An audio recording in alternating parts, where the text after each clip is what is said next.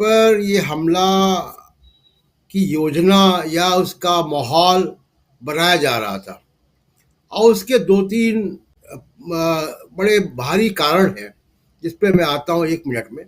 लेकिन अभी जो प्रोवोकेशन है कि राहुल गांधी ने विदेश में जाकर भारत का अपमान कर दिया वगैरह, तो पहली बात कि उन्होंने कहा माइक बंद कर दिए जाते हैं और लोकसभा में जो बीजेपी के नेता हैं वो भी यही बात कह रहे हैं।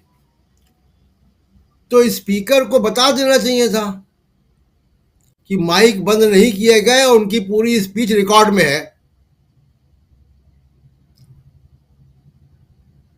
तो ये स्पीकर को इंटरवीन करना चाहिए था।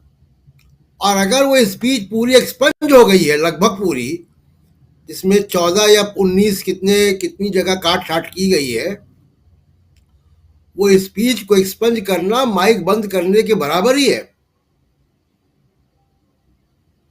एक बात। दूसरी बात कि राज्यसभा में कैसे मामला उठ रहा है। हम तो ये परिपाटी जानते हैं कि एक सदन का मुद्दा, एक सदन के सदस्य का नाम या उसमें उससे जुड़ा हुआ कोई मुद्दा दूसरे सदन में नहीं उठता। पीयूष गोयल कह रहे हैं राहुल गांधी सदन में आके माफी मांगे, तो राहुल गांधी राज्यसभा में किस हैसियत से जाके माफी मांगेंगे? ऐसा कोई प्राविधान है? शकील जी ने हमसे ज्यादा पार्लियामेंट कवर की है, शकील जी बताया ऐसा कोई प्रावधान है कि एक सदस्य का एक सदन का सदस्य दूसरे सदन में जाके माफी मांग ले और उसको चेयर अलाउ कर रही है? ये दूसरा हैरत है। सवाल कर रहे हैं, जरा पूछ ही लेते हैं, क्योंकि आपकी आज आवाज नहीं आ जब रही। ये सब कुछ हंगामा हो रहा था तब शकील अख्तर जी वहीं थे। जरा इनसे ही पूछ लेते हैं कि शकील भाई, क्या राहुल गांधी एक सदन से दूसरे सदन में जा सकते हैं? लोकसभा का कोई भी सदस्य राज्यसभा में और राज्यसभा का कोई भी सदस्य लोकसभा में नहीं जा सकता।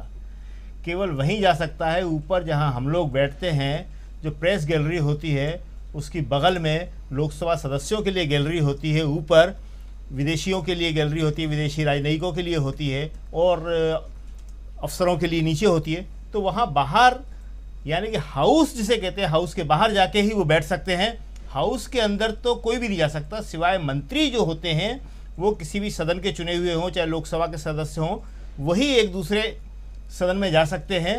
बाकी किसी को अधिकार नहीं है कि वो एक सदन से दूसरे सदन में जा सके। इसलिए राहुल गांधी राज्यसभा में जा सकते हैं या माफ़ी मांग सकते हैं, ये सवाल ही पैदा नहीं होता है। जी जी, प्रशांत टंडन जी प्लीज अपनी बात आगे बढ़ाइए। हाँ, तो मैं वही कह रहा था कि मुझे हैरत है कि जो जो उपसभापति हैं, चेयर पे थे उस वक्त, उन्होंने इसको कैसे सुन लिया और कैसे उनको रोका नहीं, कैसे इंटरवीन नहीं किया पीयूष गोयल को। तो ये बड़ी हैरत की बात है, क्योंकि वो तो बाई प्रोफेशन वकील भी हैं, कानून संविधान के ज्ञाता भी हैं। तो ये, अगर राहुल गांधी ये कह रहे हैं या कोई भी ये कह रहा है कि भारत में लोकतंत्र की हत्या हो रही है, भारत में लोकतांत्रिक जो संस्थाएं हैं वो ठीक से काम नहीं कर रही हैं, उसकी तो मिसाल माननीय जगदीप धनखड़ जी खुद दे रहे हैं। ये कौन सी मर्यादा है कि एक सदन का सदस्य दूसरे सदन में जाकर जो है उसको माफी मांगने को कहा जाए और सदन उसको कार्रवाई का हिस्सा बना दे।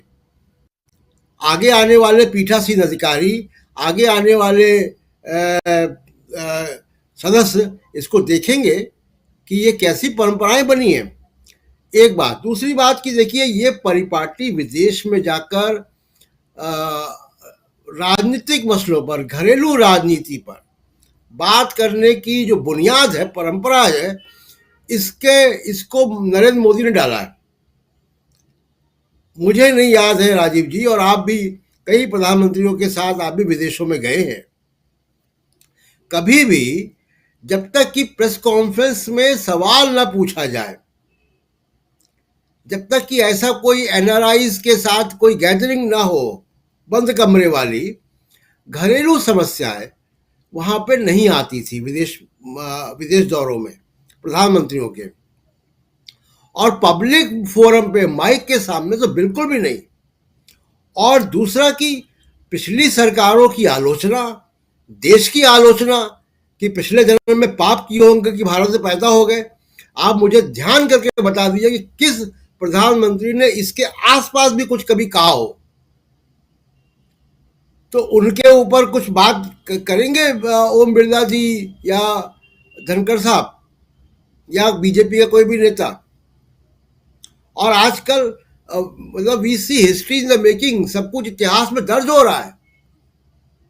आगे आने वाली नस्लें उसको देखेंगी, पढ़ेंगी कि जब ये आरोप लगाए जा रहे थे तब ये प्रधानमंत्री नरेंद्र मोदी विदेश में जाके क्या कर रहे थे। तो पहली बात तो ये। दूसरी बात ये कि देखिए राजीव जी, हम सब जानते हैं कि इस वक्त बहुत असमान स्थिति से देश होकर गुजर रहा है। ये लोकतंत्र हमको कोई अंग्रेज गिफ्ट में नहीं दे गए थे, ये बड़ी कुर्बानियों से मिला है।